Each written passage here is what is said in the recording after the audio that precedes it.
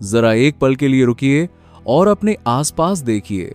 शायद आप इस वक्त अपने बिस्तर पर लेटे हों या किसी कोने में बैठकर अपने फोन की स्क्रीन को घूर रहे हों। हो सकता है कि आज का दिन आपके लिए बहुत भारी रहा हो।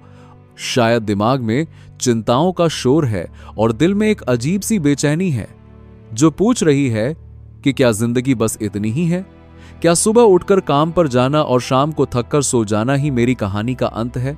अगर आपकी जेब में आज वो वजन नहीं है जो आप चाहते हैं और मन में वो सुकून नहीं है जिसके आप हकदार हैं, तो मैं चाहता हूं कि आप अगले कुछ मिनटों के लिए दुनिया की हर आवाज को बंद कर दें और सिर्फ मेरी बातों को अपने अंदर उतरने दें, क्योंकि आज हम जिस सफर पर जाने वाले हैं वो कोई मोटिवेशनल भाषण नहीं है और न ही मैं यहां आपको कोई झूठा सपना बेचने आया हूं।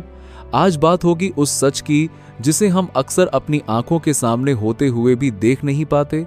आज बात होगी उस दरवाजे की जिसे खोलने की चाबी आपके ही पास है, लेकिन धूल की वजह से आपको दिखाई नहीं दे रही। इसीलिए अगर आप वाकई अपनी वास्तविकता को बदलना चाहते हैं तो इस वीडियो को एक वीडियो की तरह नहीं बल्कि एक इशारे की तरह सुनिएगा। शायद यही वो पल हो जिसका इंतजार आप बरसों से कर रहे थे। आज मैं आपको एक ऐसी दुनिया में ले जाना चाहता हूं जो शायद आपकी अभी की दुनिया से बहुत अलग है।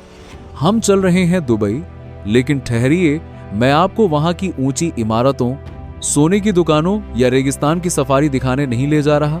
मैं आपको ले जाना चाहता हूं उस शहर की रूह के अंदर, उस मानसिकता के भीतर जिसने रेत के एक ढेर को दुनिया के सबसे आलीशान शहर में बदल दिया।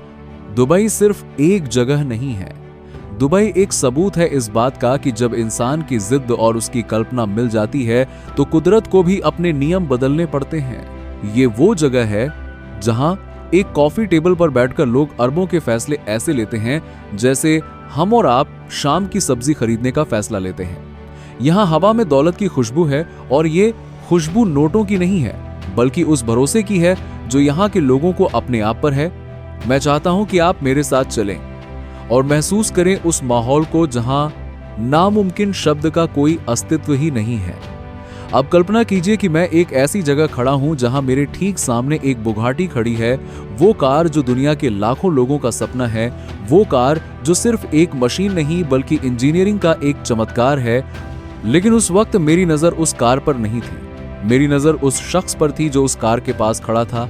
उसके चेहरे पर एक अजीब सी शांति थी, कोई घमंड नहीं, कोई दिखावा नहीं। जब मैंने उससे पूछा कि क्या ये बुगाटी आपकी है, तो उसने मेरी तरफ देखा और इतना कहा, हाँ। उसका वो हाँ इतना साधारण था जैसे मैंने उससे पूछा हो कि क्या ये पेन आपका है। उस एक पल ने मुझे अंदर तक झकझोर दिया। मुझे समझ आया कि हम जिसे चमत्कार मानते हैं, हम जिसे अपनी जिंदगी का सबसे बड़ा सपना मानते हैं, वो किसी और के लिए बस एक साधारण सी सच्चाई है। और यही वो बारीक लकीर है जो एक संघर्ष करने वाले इंसान को एक अरबपति से अलग करती है। फर्क बैंक बैलेंस का नहीं है, फर्क इस बात का है कि आपका दिमाग किस चीज को सामान्य मानता है। जिसके लिए करोड़ों रुपए कमाना सांस लेने जैसा सामान्य हो जाता है, उसके पास करोड़ों रुपए हवा की तरह खींचे चले आते हैं। मैंने उस शख्स की आंखों में देखा और एक ऐसा सवाल पूछा जिसका जवाब मुझे लगा कि बहुत पेचीदा होगा। मैंने पूछा कि आपने ये साम्राज्य, ये दौलत, ये जीवन कैसे बनाया? मैं इंतजार कर रहा था कि वो मुझे कोई गुप्त मंत्र बताएंगे या किसी जटिल बिजनेस फॉर्मूले का जिक्र करेंगे, लेकिन उन्होंने जो कहा उसने मेरे पैरों तले जमीन खिसका दी।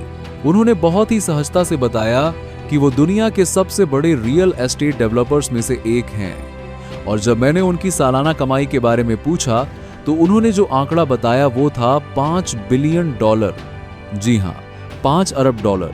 जब ये शब्द मेरे कानों से टकराया तो मेरे अंदर एक गहरा सन्नाटा छा गया, लेकिन उस सन्नाटे में मैंने एक बहुत बड़ी सीख महसूस की।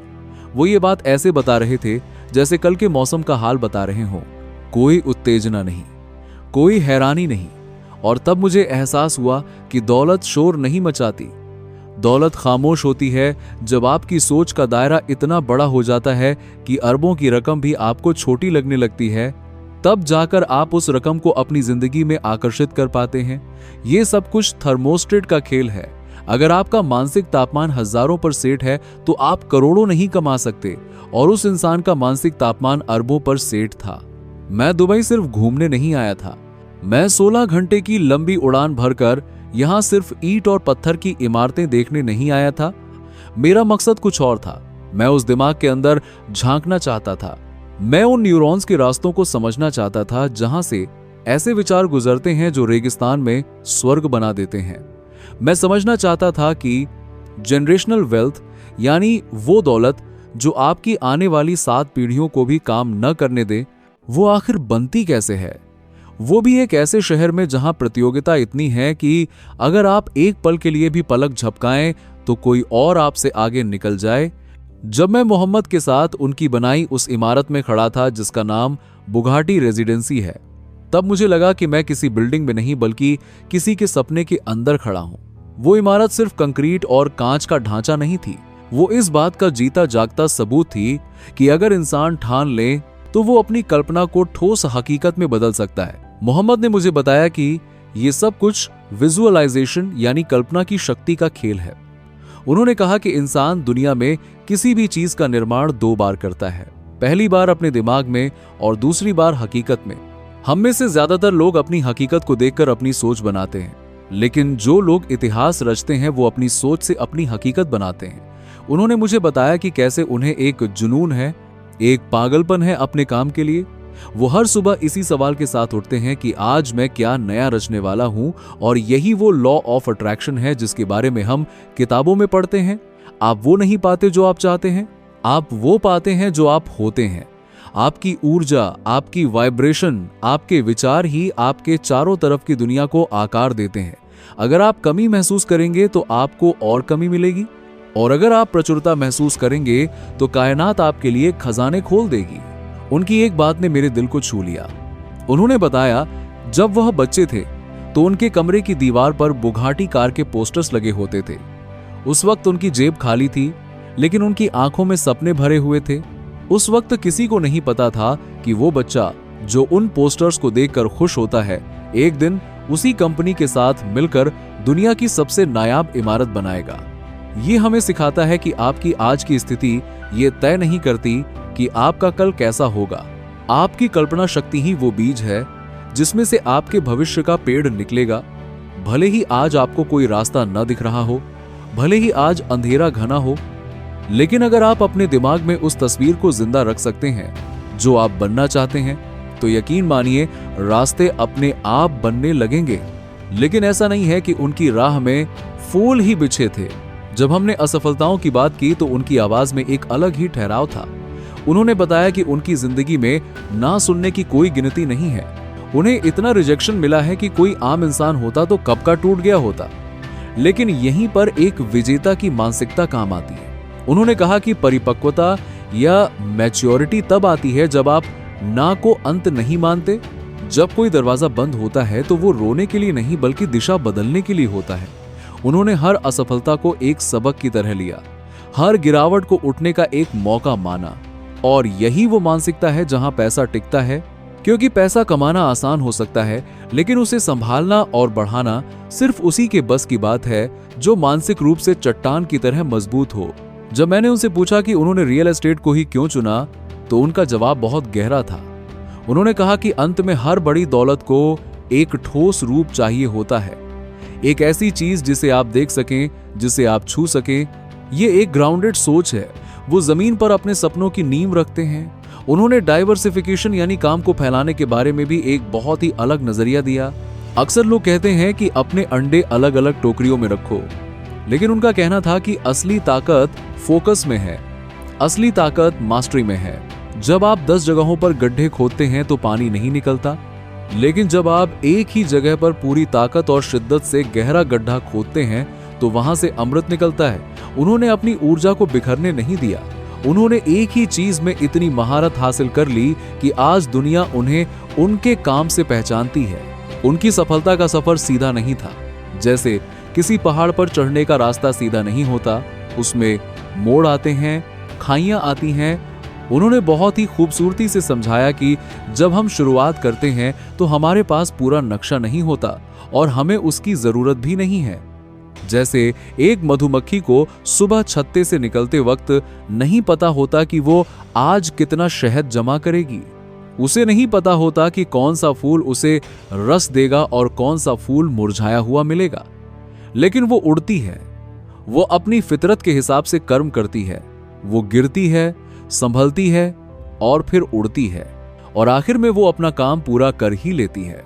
इंसान को भी बस इतना ही करना है। भरोसा और कर्म, इन दोनों का संगम ही चमत्कार को जन्म देता है। आपको बस अगला कदम देखना है, पूरी सीढ़ी देखने की जरूरत नहीं है। फिर वो मुझे उस इमारत के अंदर ले गए और वहां जो मैंने देखा वो विलासिता की हद थी।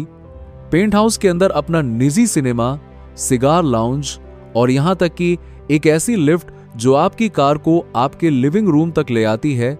ये सब देखकर मुझे समझ आया कि अमीरी सिर्फ चीजें खरीदने का नाम नहीं है। अमीरी एक अनुभव है, एक एहसास है, और वो अनुभव पहले किसी के दिमाग में जन्म लेता है। किसी ने तो सोचा होगा कि कार ऊपर तक जा सकती है। जब बाकी दुनिया उसे पागलपन कह रही होगी तब वो अपनी सोच पर अड़ा रहा होगा, और आज वही पागलपन दुनिया के लिए एक मिसाल बन गया है। ये साबित करता है कि आपकी सोच की कोई सीमा नहीं होनी चाहिए।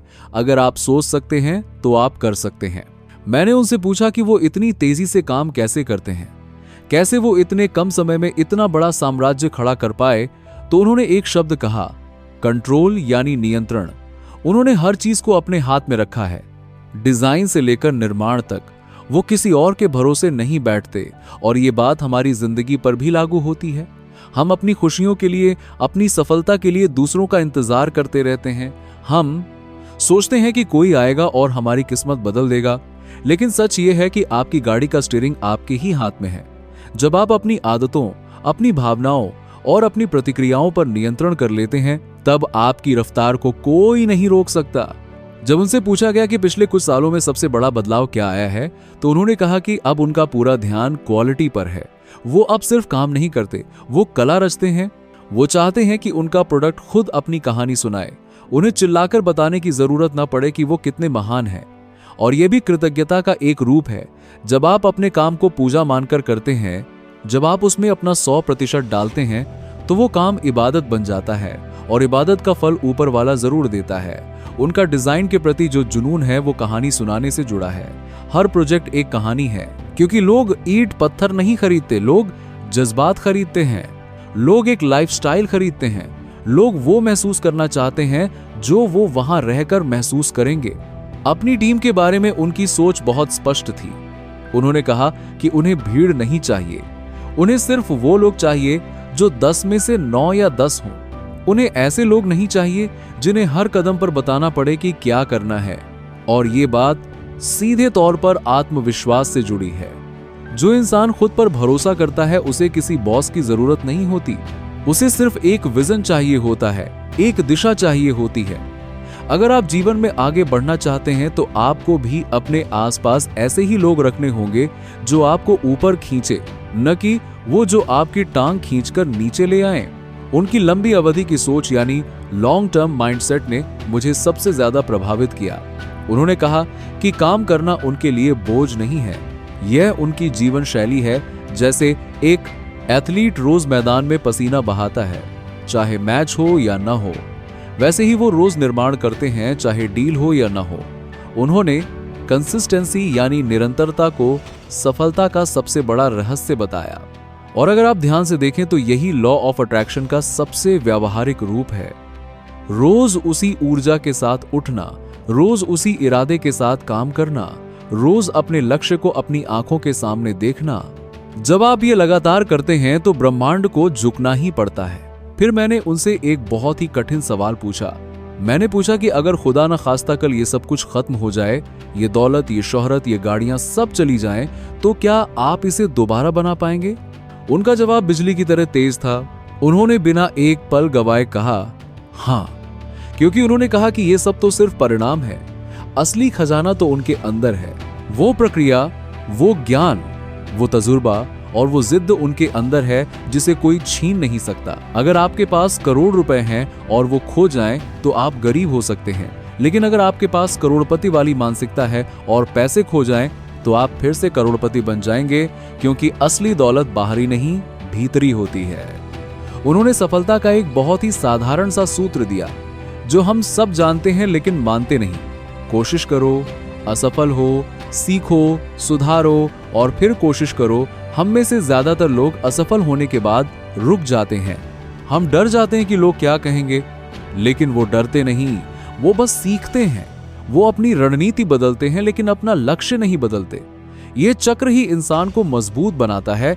जैसे सोना आग में तपकर ही कुंदन बनता है, वैसे ही इंसान संघर्ष की आग में तपकर ही सफल बनता है। अंत में जब बात फेथ यानी विश्वास की आई तो उनका चेहरा चमक उठा। उन्होंने कहा कि उन्होंने अपनी जिंदगी में चमत्कार देखे हैं। उन्होंने वो पल देखे हैं जब सब कुछ खत्म होता दिख रहा था, जब कोई रास्ता नहीं बचा था, जब उम्मीद की आखिरी किरण भी बुझने वाली थी, और तब ठीक उसी वक्त उनकी प्रार्थना और उनके अटूट विश्वास ने एक नया रास्ता खोल दिया। उन्होंने कहा कि जब आप उस ऊपर वाले पर, उस शक्ति पर भरोसा करते हैं जो इस पूरी कायनात को चला रही है, तो वो आपको गिरने नहीं देती। यह कृतज्ञता का सबसे गहरा रूप है। ये मान लेना कि कोई है जो आपके सपनों की रक्षा कर रहा है, कोई है जो आपके लिए साजिश रच रहा है ताकि आप जीत सकें। दोस्तों, ये कहानी, ये सफर, ये बातचीत आपको ये सिखाने के लिए नहीं थी कि बुगाटी कार कैसे खरीदी जाए। ये तो बहुत छोटी बात है। ये कहानी आपको ये महसूस कराने के लिए थी कि आप अपने बारे में क्या सोचते हैं। अगर आपकी सोच सही है, अगर आपकी भावना साफ है और अगर आप अपनी कल्पना में अपने भविष्य को देख सकते हैं, तो दुनिया की कोई भी ताकत आपको वो हासिल करने से नहीं रोक सकती जो आप चाहते हैं। दौलत, अवसर और सही लोग अपने आप चुंबक की तरह आपकी ओर खींचे चले आएंगे। आज इस वीडियो के खत्म होने के बाद मैं चाहता हूं कि आप बस एक काम करें, किसी से कुछ न कहें, बस एकांत में बैठें और अपने अंदर उस इंसान की तस्वीर को साफ करें जो आप बनना चाहते हैं। उस जीवन को महसूस करें जैसे वो अभी इसी वक्त आपका है, बिना किसी शक के, बिना किसी जल्दबाजी के, और अपने दिल में एक गहरा धन्यवाद महसूस करें, जैसे आपको वो सब मिल चुका है, क्योंकि यही वो जादुई जगह है जहां से आपकी नई जिंदगी की शुरुआत होती है। प्रचुरता का दरवाजा बाहर नहीं, आपके अंदर खुलता है। तो उठिए और अपनी दुनिया को वैसा बना डालिए जैसा आपने सपने में देखा था। वीडियो से जाते जाते बस 2 छोटे से काम दिल से कर देना। चैनल को सब्सक्राइब कर लेना ताकि जब भी जिंदगी और पैसों को लेकर मन भारी हो तो ये आवाज फिर से मिल सके, और कमेंट में एक लाइन जरूर लिख देना, थैंक यू यूनिवर्स।